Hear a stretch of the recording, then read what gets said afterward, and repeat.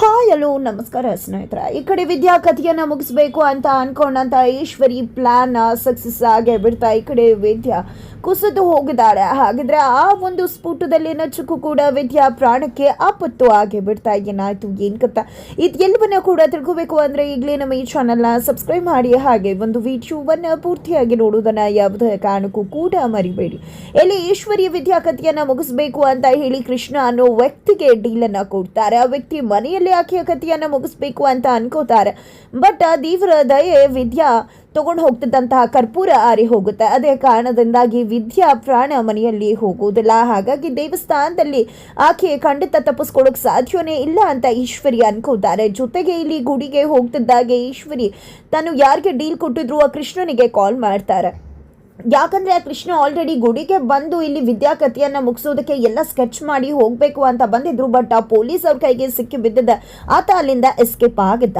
ಹಾಗಾಗಿ ಇಲ್ಲಿ ಈಶ್ವರಿ ಹತ್ರ ವ್ಯಕ್ತಿ ನಾನು ಆಲ್ರೆಡಿ ಬಂದಿದ್ದೆ ಬಟ್ ಮಾಡೋಕ್ಕಾಗಲಿಲ್ಲ, ಯಾಕಂದರೆ ಪೊಲೀಸ್ ಅವ್ರು ಕೂಡ ಬಂದ್ಬಿಟ್ರು. ಹಾಗಾಗಿ ನಾನು ತಪ್ಪಿಸ್ಕೋಬೇಕಾಯ್ತು ಅಂದಾಗ ನಿನ್ನ ನಂಬ್ಕೊಂಡು ಈ ಡೀಲ್ ಕೊಟ್ಟಲ್ಲ, ನೀನೇನಾದರೂ ಇದನ್ನು ಮಾಡದೇ ಇದ್ರೆ ಖಂಡಿತವಾಗ್ಲೂ ನಿನ್ನ ಕಥೆಯನ್ನು ನಾನು ಮುಗಿಸ್ತೀನಿ ಅಂತ ಹೇಳ್ತಾರೆ.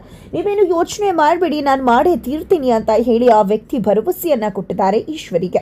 ಇತ್ತ ಕಡೆ ಯಾವ್ದ್ರ ಒಂದು ಸುಳಿವೇ ಇಲ್ಲದೆ ಇರ್ತಕ್ಕಂತಹ ಆ ಒಂದು ಉತ್ಸವದಲ್ಲಿ ನಿಜಕ್ಕೂ ಎಲ್ಲರೂ ಕೂಡ ತುಂಬಾನೇ ಖುಷಿಯಿಂದ ಪಾಲ್ಗೊಂಡಿದ್ದಾರೆ. ಮನೆಗೆ ಬಂದಂತಹ ವಿವೇಕ್ ಮದುವೆಯನ್ನ ಮಾಡ್ಕೊಳ್ಳೋದಕ್ಕೆ ಇಷ್ಟ ಇಲ್ಲ ಅಂತ ಹೇಳ್ತಿದ್ರು. ಆದ್ರೆ ಶಿವರಾಮೇಗೌಡರ ಕುಟುಂಬ ಭದ್ರಾ ಮತ್ತೆ ವಿದ್ಯಾ ಸಂಬಂಧವನ್ನ ನೋಡಿದ್ಮೇಲೆ ಪ್ರೀತಿಸಿ ಮದುವೆ ಆಗ್ಬೇಕು ಅನ್ನೋ ತೀರ್ಮಾನಕ್ಕೂ ಕೂಡ ಬಂದಿದ್ದಾರೆ.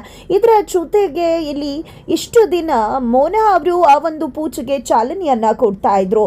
ಯಾವುದೇ ಒಂದು ಕುಂಡದಲ್ಲಿ ಹರಕೆ ಹೊತ್ತು ಹಾದಿ ಹೋಗೋರ ಒಂದು ಅನ್ಕೊಂಡಿರ್ತಕ್ಕಂಥ ಕೆಲಸಗಳು ಪೂರ್ತಿ ಆಗಲಿ ಅಂತ ಒಂದು ಪೂಜೆಯನ್ನ ಅವರೇ ಮುಂದೆ ನಿಂತು ಮಾಡ್ತಿದ್ರು. ಆದರೆ ಈ ಬಾರಿ ಮೋನ ಅವರು ಆ ಒಂದು ಜವಾಬ್ದಾರಿಯನ್ನ ತನ್ನ ಸೊಸೆ ವಿದ್ಯಾಗೆ ವಹಿಸ್ಕೊಟ್ಟಿದ್ದಾರೆ. ಹಾಗಾಗಿ ಇಲ್ಲಿ ವಿದ್ಯಾನೆ ಅಲ್ಲಿಗೆ ಪೂಜೆ ಮಾಡೋದಕ್ಕೆ ಅಂತ ಹೋಗ್ತಾಳೆ. ಅದಕ್ಕೂ ಮುನ್ನ ಆಲ್ರೆಡಿ ಕೃಷ್ಣ ಅಂತಕ್ಕಂಥ ಈಶ್ವರಿ ಬಿಟ್ಟಿರ್ತಕ್ಕಂಥ ವ್ಯಕ್ತಿ ಹೆಣ್ಣಿನ ವೇಷವನ್ನ ಹಾಕೊಂಡು ಬಂದಿದೆ. ಪೂಜೆ ಮಾಡುವ ನೆಪದಲ್ಲಿ ಬಂದು ಅಲ್ಲಿ ಏನು ಇಡಬೇಕು ಬಂಡೆಯನ್ನ ಸ್ಫೋಟ ಮಾಡ್ತಕ್ಕಂಥ ಮದ್ದು ಅದನ್ನ ಇಟ್ಟು ಅಲ್ಲಿಂದ ಆಲ್ರೆಡಿ ಹೊರಟು ಹೋಗಿದ್ದ. ಈ ಕಡೆ ವಿದ್ಯಾ ಪೂಜೆ ಮಾಡೋಕೆ ಅಂತ ಬಂದಿದ್ದಾಳೆ. ಈ ಕಡೆ ಈಶ್ವರಿ ವಿದ್ಯಾ ಕತೆ ಮುಗಿತು, ಯಾರು ಕೂಡ ವಿದ್ಯಾಳನ್ನ ಇನ್ನು ಕಾಪಾಡೋಕೆ ಸಾಧ್ಯ ಇಲ್ಲ, ಈ ಕ್ಷಣ ನಿನ್ನ ಕಡೆ ದಿನ ಅಂತ ಹೇಳಿ ಇಲ್ಲಿ ಈಶ್ವರಿ ಅನ್ಕೊಂಡು ವಿದ್ಯಾಳನ್ನೇ ನೋಡ್ತಿದ್ದಾರೆ.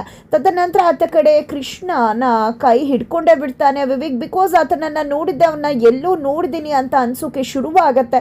ಹೆಣ್ಣಿನ ವೇಷದಲ್ಲಿ ಆತ ಇದ್ರೂ ಕೂಡ ಪೊಲೀಸರು ಆ ಕ್ಷಣ ಬಂದು ಈ ವ್ಯಕ್ತಿಯನ್ನ ನೋಡಿದ್ವಿ, ಕೃಷ್ಣ ಅನ್ನೋ ವ್ಯಕ್ತಿ ದೇವಸ್ಥಾನದಲ್ಲಿ ಓಡಾಡ್ತಿದ್ದಾನೆ ಅಂತ ಎಲ್ಲ ಮಾತುಗಳು ಕೂಡ ವಿವೇಕ್ ಮುಂದೆನೆ ನಡೆದಿತ್ತು. ಆ ಟೈಮಲ್ಲಿ ಆತನನ್ನ ವಿವೇಕ್ ನೋಡಿದ್ದ ಕೂಡ. ಹಾಗಾಗಿ ಹೆಣ್ಣಿನ ವೇಷದಲ್ಲಿ ಇರ್ತಕ್ಕಂಥ ಕೃಷ್ಣನನ್ನ ಕಂಡೆ ಹಿಡದೆ ಬಿಟ್ಟ ವಿವೇಕ್. ನನಗೆ ಗೊತ್ತಿದೆ ನೀನು ಕೃಷ್ಣ ಅಲ್ವಾ, ಬಂಡೆಗೆ ಮದ ಹಾಕೋನು, ನೀನ್ ಯಾಕೆ ಇಲ್ಲಿದ್ಯಾ, ಹೆಣ್ಮಗ್ಳ ವೇಷದಲ್ಲಿ ಯಾಕೆ ಬಂದಿದ್ಯಾ, ಖಂಡಿತ ಈ ರೀತಿಯಾಗಿ ಬಂದಿದ್ಯಾ, ಆಲ್ರೆಡಿ ಪೊಲೀಸ್ ಅವ್ರ ಕೈಗೆ ಸಿಕ್ಕಿಬಿದ್ದಿದೆ, ಈಗ ಹೆಣ್ಣು ಮಗಳ ವೇಷದಲ್ಲಿ ಹಾಕೊಂಡು ಬಂದಿದ್ಯಾ ಅಂದ್ರೆ ಖಂಡಿತ ಏನು ಪ್ಲಾನೇ ಮಾಡಿದ್ಯಾ ಏನು ಅಂತ ಹೇಳಿ ವಿವೇಕ್ ಪ್ರಶ್ನೆ ಮಾಡಿ ಹೊಡೆಯೋದಕ್ಕೆ ಮುಂದಾಗ್ತಾರೆ. ಬಟ್ ಅಷ್ಟರಲ್ಲಿ ಆತ ತಪ್ಪಿಸ್ಕೋತಾನೆ. ಅಷ್ಟರಲ್ಲಿ ಅಲ್ಲಿಗೆ ಭದ್ರಾ ಕೂಡ ಬರ್ತಾರೆ. ಏನಿದು, ಈ ಹೆಂಗಸನ್ ಯಾಕೆ ಇಟ್ಕೊಂಡಿದ್ರ, ಏನಾಯ್ತು, ಏನಂತ ತಪ್ಪು ಮಾಡಿದ್ರು ಇವರು ಅಂದಾಗ, ಅಯ್ಯೋ ನೀನು ಅನ್ಕೊಂಡಿರೋದು ಗೆಳೆಯ ಹೆಂಗಸಲ್ಲ, ಇದು ಗಂಡಸು ಕೃಷ್ಣ ಅಂತ ಹೇಳ್ತಾರಲ್ವಾ, ಪೊಲೀಸ್ ಅವರು ಹೇಳಿದ್ರಲ್ಲ ಅದೇ ಕೃಷ್ಣ ಇವನು ಅಂತ ಹೇಳಿ ವಿವೇಕ್ ಹೇಳ್ತಾರೆ. ಹೌದಾ, ಹೆಣ್ಮಗ್ಳು ವೇಷದಲ್ಲಿ ಯಾಕೆ ಹಾಕೊಂಡು ಬಂದಿದ್ಯಾ ನೀನು, ಅಂಥದ್ದು ಕೆಲಸ ಏನು ಮಾಡಿದ್ದೆ, ನಿನ್ನ ಕಥೆಯನ್ನೇ ಮುಗಿಸ್ಬಿಡ್ತೀನಿ ಅಂತ ಭದ್ರಾ ಹೇಳ್ತಿದ್ದಾರೆ. ಬಟ್ ಆದರೂ ಕೂಡ ಏನನ್ನ ಕೂಡ ಹೇಳೋಕೆ ಮುಂದಾಗೋದಿಲ್ಲ. ಅಷ್ಟರಲ್ಲಿ ಕಲ್ ತಗೊಂಡು ನಿನ್ ಮೇಲೆ ಎತ್ತಾಕ್ಬಿಡ್ತೀನಿ ಅಂತ ಹೇಳಿ ಭದ್ರಾ ಬರ್ತಿದ್ದಾಗೆ, ಇನ್ನೇನು ಮಾಡೋಕ್ಕಾಗಲ್ಲ, ನನ್ನ ಕೆಲಸ ಏನು ಮಾಡಬೇಕು ಆಲ್ರೆಡಿ ಮಾಡಿದ್ದೀನಿ, ಆ ಒಂದು ಪೂಜೆ ನಡೀತಿರೋ ಜಾಗದಲ್ಲಿ ಯಾರಿದ್ದಾರೋ ಅವ್ರು ಖಂಡಿತ ಸ್ಫೋಟವಾಗ್ತಾರೆ, ಯಾಕಂದ್ರೆ ಮದ್ದನ್ನ ಇಟ್ಟು ಬಂದಿದ್ದೀನಿ ನಾನು ಅಂತಿದ್ದಾಗೆ ಅಲ್ಲಿರೋದು ವಿದ್ಯಾ ಅಂತ ಗಾಬರಿ ಆಗಿದ್ದೆ ಭದ್ರಾ. ಅಲ್ಲಿಂದ ಆ ವ್ಯಕ್ತಿಯನ್ನ ಬಿಟ್ಟು ಆ ಕಡೆ ಓಡಿ ಹೋಗ್ತಿದ್ದಾರೆ. ಈ ಕಡೆ ಪೊಲೀಸ್ ಅವರ ಕೈಗೆ ಆ ಕೃಷ್ಣ ಅನ್ನೋ ವ್ಯಕ್ತಿ ಸಿಕ್ಕಿ ಬಿದ್ದಿದ್ದಾರೆ. ಇತ್ತ ಕಡೆ ಪೂಜೆಯನ್ನ ಮಾಡ್ತಿರ್ತಕ್ಕಂಥ ವಿದ್ಯಾನ ಭದ್ರಾ ಬಂದಿದೆ, ಎಳ್ಕೊಂಡು ಆ ಕಡೆ ಹೋಗಬೇಕು ಅನ್ನುವಷ್ಟರಲ್ಲಿ ಇನ್ನೇನು ಸ್ಫೋಟಗೊಳ್ತದೆ. ಅಷ್ಟರ ಒಳಗಡೆ ಭದ್ರಾ ವಿದ್ಯಾನ ಕರ್ಕೊಂಡು ಅತ್ತ ಕಡೆ ಹೋಗೇ ಬಿಡ್ತಾರೆ. ಈ ಕಡೆ ಸ್ಫೋಟವಾಗತ್ತೆ, ಬೆಂಕಿ ಕಣ್ಣಾಲಿಗೆನೆ ಆಕಾಶವನ್ನ ತಾಕ್ತದೆ. ಇಡೀ ಒಂದು ಉತ್ಸವದಲ್ಲಿರ್ತಕ್ಕಂಥ ಎಲ್ಲರೂ ಕೂಡ ಶಾಕ್ ಆಗ್ತಿದ್ದಾರೆ, ಏನಾಗೋಯ್ತು ಅಂತ ಹೇಳಿ. ಈ ಕಡೆ ವಿದ್ಯಾಗೇನಾಗೋಯ್ತು ಅಂತ ಅನ್ಕೋತಿದ್ದಾರೆ. ಈ ಕಡೆ ಈಶ್ವರಿ ಏನಾಗಿರ್ಬೋದು ಅಂತ ನೋಡ್ತಿದ್ರೆ, ಈ ಕಡೆ ಭದ್ರಾ ಹಾಕಿಯನ್ನ ಎಳ್ಕೊಂಡು ಹೋಗ್ತಿದ್ದಾಗೆ ಆ ಕಡೆ ತಲೆ ತಿರುಗಿ ಹಾಗೆ ಕೆಳಗಡೆ ಬಿದ್ದೋಗ್ಬಿಡ್ತಾಳೆ ಪ್ರಜ್ಞೆ ತಪ್ಪಿದ್ದಾಗೆ ತಕ್ಷಣ ಆ ಕಡೆಯಿಂದ ಇಡೀ ಕುಟುಂಬ, ಫ್ಯಾಮಿಲಿ, ಊರಿನ ಮಂದಿ ಎಲ್ಲರೂ ಕೂಡ ಬರ್ತಾರೆ. ನೀರನ್ನು ಹಾಕಿ ಎಚ್ಚರ ಮಾಡೋದಕ್ಕೆ ಮುಂದಾಗ್ತಾರೆ. ಕೊನೆಗೂ ಕೂಡ ಇಲ್ಲಿ ವಿದ್ಯಾ ಎಚ್ಚರವಾಗ್ತಾಳೆ. ನಂತರ ಮನೆ ಕರ್ಕೊಂಡು ಹೋಗಿ ಅಂತ ಹೇಳಿ ಶಿವರಾಮೇಗೌಡರು ಹೇಳ್ತಿದ್ದಾಗೆ ಎಲ್ಲರೂ ಕೂಡ ವಿದ್ಯಾ ಸಮೇತ ಮನೆಗೆ ವಾಪಸ್ ಆಗ್ತಾರೆ. ಈ ಕಡೆ ಕೃಷ್ಣ ಅಂತಕ್ಕಂಥ ವ್ಯಕ್ತಿಯನ್ನ ಮನೆಗೆ ಕರ್ಕೊಂಡು ಬಂದಿದ್ದಾರೆ ಪೊಲೀಸ್ ಅವರು. ಈ ಕಡೆ ಬಾಯಿ ಬಿಡಿಸೋಕೆ ಮುಂದಾಗ್ತಿದ್ದಾರೆ. ವ್ಯಕ್ತಿ ಅಂತೂ ಸತ್ಯ ಬಾಯಿ ಬಿಡ್ತಾ ಇಲ್ಲ. ಈ ಕಡೆ ಭದ್ರ ನನಗೆ ಗೊತ್ತಿದೆ ಹೇಗೆ ಬಿಡಿಸ್ಬೇಕು ಅಂತ ಹೇಳಿದ್ದೆ. ಈ ಕಡೆ ಗನ್ ತಗೊಂಡು ಶೂಟ್ ಮಾಡೋಕೆ ಅಂತ ಹೇಳಿ ಮಚ್ಚು ತಗೊಂಡು ಹೊಡೆಯೋಕೆ ಅಂತ ಹೇಳಿ ಮುಂದಾಗ್ತಾರೆ. ಈ ಕಡೆ ಸತ್ಯ ಹೇಳ್ತೀನಿ ಅಂತ ಹೇಳಿ ವ್ಯಕ್ತಿ ಹೇಳ್ತಿದ್ದಾಗೆ ಅಲ್ಲೇ ಇರ್ತಕ್ಕಂಥ ಈಶ್ವರಿ ತತ್ತರಿಸ್ತಿದ್ದಾರೆ. ಕೈ ಮುಗ್ದು ಅಲ್ಲೇ ಕೇಳ್ಕೊತಿದ್ದಾರೆ. ಯಾವುದೇ ಕಾರಣಕ್ಕೂ ಸತ್ಯ ಹೇಳ್ಬೇಡ ಅಂತ ಸನ್ನೆ ಮಾಡ್ತಿದ್ದಾರೆ.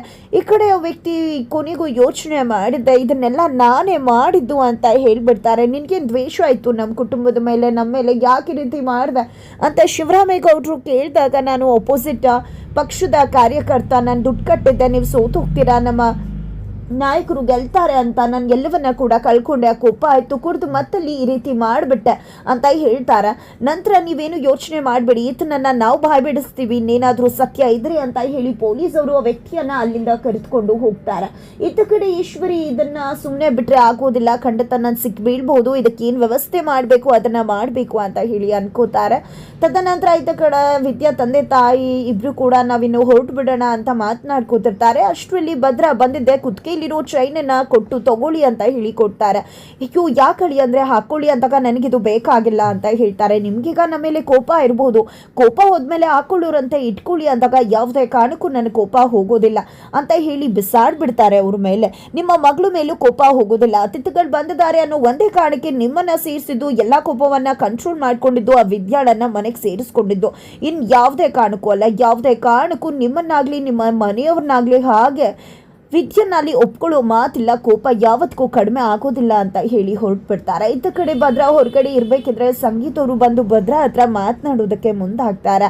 ಅದಕ್ಕೂ ಮೊದಲು ವಿದ್ಯಾ ಹತ್ರ ಭದ್ರ ಈಗ ನೆಂಟರು ಹೋಗ್ತಿದ್ದಾರೆ, ಇದಾದ ಮೇಲೆ ನೀನು ಹೊರಟೋಗ್ಬಿಡ್ಬೇಕು, ಯಾವ ಜಾಗದಲ್ಲಿದೆಯೋ ಅಲ್ಲಿಗೆ ಅಂತ ಹೇಳಿ ಹೇಳಿದಾಗ, ಖಂಡಿತವಾಗ್ಲೂ ನನಗೂ ಕೂಡ ಗೊತ್ತಿದೆ, ನಾನು ಈ ಮನೆಗೆ ಬಂದಿದ್ದೆ ಮಾವನ ಒಂದು ಮರ್ಯಾದೆ ಉಳಿಸೋದಕ್ಕೆ ಅಂತ, ನಿಮಗೆ ಮತ್ತೆ ಮಾವಂಗಿರೋ ಕೋಪ ಕಡಿಮೆ ಆಗೋ ತನಕ ನಾನು ಯಾವುದೇ ಕಾರಣಕ್ಕೂ ಬರುವುದಿಲ್ಲ ಅಂತ ಹೇಳಿ ಹೋಗ್ಬಿಡ್ತಾಳೆ.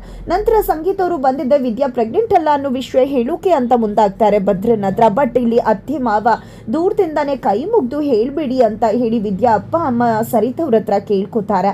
ಹಾಗಾಗಿ ಇಲ್ಲಿ ಸರಿತವರು ಕೂಡ ಭದ್ರ ಹತ್ರ ಹೇಳುವುದಕ್ಕೆ ಮುಂದಾಗೋದಿಲ್ಲ. ನಿನ್ನ ಮತ್ತೆ ವಿದ್ಯಾ ನಡುವೆ ಏನಾಗಿದೆ ಅನ್ನೋದು ನಮಗೆ ಗೊತ್ತಿದೆ, ನಾವು ಇಲ್ಲಿದ್ದೀವಿ ಅನ್ನೋ ಕಾರಣಕ್ಕೆ ಎಲ್ಲವನ್ನ ಕೂಡ ಅಡ್ಜಸ್ಟ್ ಮಾಡ್ಕೊಂಡು ಇದ್ರಿ. ದಯವಿಟ್ಟು ವಿದ್ಯಾ ಈ ಮನೆಯ ಒಂದು ಮುದ್ದು ಸೊಸೆನ, ವಿದ್ಯಾ ಈ ಮನೆಗೆ ಒಂದು ತಕ್ಕನಾದ ಸೊಸೆ, ಮನೆ ಮರ್ಯಾದೆಯನ್ನ ಕಾಪಾಡೋದ್ರಲ್ಲಿ ಎತ್ತಿದ ಕೈ ನೀ ಚಿಕ್ಕು ಕೂಡ ಅವಳನ್ನ ಕ್ಷಮಿಸ್ಬಿಡು ಅಂತ ಹೇಳಿ ಸರಿತವರು ಅಲ್ಲಿಂದ ಹೊರಡ್ತಾರೆ. ಈ ಕಡೆ ವಿದ್ಯಾ ಮತ್ತೆ ಚಂಪಾ ಹತ್ರ ಈಶ್ವರಿ, ಚಿತ್ರ, ಸುಭಾಷ್ ಬಂದಿದ್ದೆ, ನೀನು ತಗೋಣಂತ ಹೇಳಿದೆ, ಇನ್ನೇನು ಒಂದು ದಿನದಲ್ಲಿ ಕಂಪ್ಲೀಟ್ ಆಗತ್ತೆ, ಆಮೇಲೆ ಮನೆಯಿಂದ ಹೊರಡ್ತಾ ಇರಬೇಕು ಅಂದಾಗ, ಇನ್ನು ಒಂದು ದಿನ ಇದೆ, ಆಮೇಲೆ ಗೊತ್ತಾಗತ್ತೆ ಯಾರ ಮನೆಯಿಂದ ಹೋಗ್ತಾರೆ, ಯಾರ ಮನೆಯಲ್ಲಿ ಇರ್ತಾರೆ ಅಂತ ಹೇಳಿ ವಿದ್ಯಾ ಚಾಲೆಂಜ್ ಮಾಡ್ತಿದ್ದಾಳೆ. ಹಾಗಿದ್ರೆ ಮುಂದೆ ಆಗತ್ತೆ ತಿಳ್ಕೋಬೇಕು ಅಂದ್ರೆ ಮುಂದಿನ ವಿಡಿಯೋಗೆ ವೇಟ್ ಮಾಡೋದನ್ನ ಮರಿಬೇಡಿ.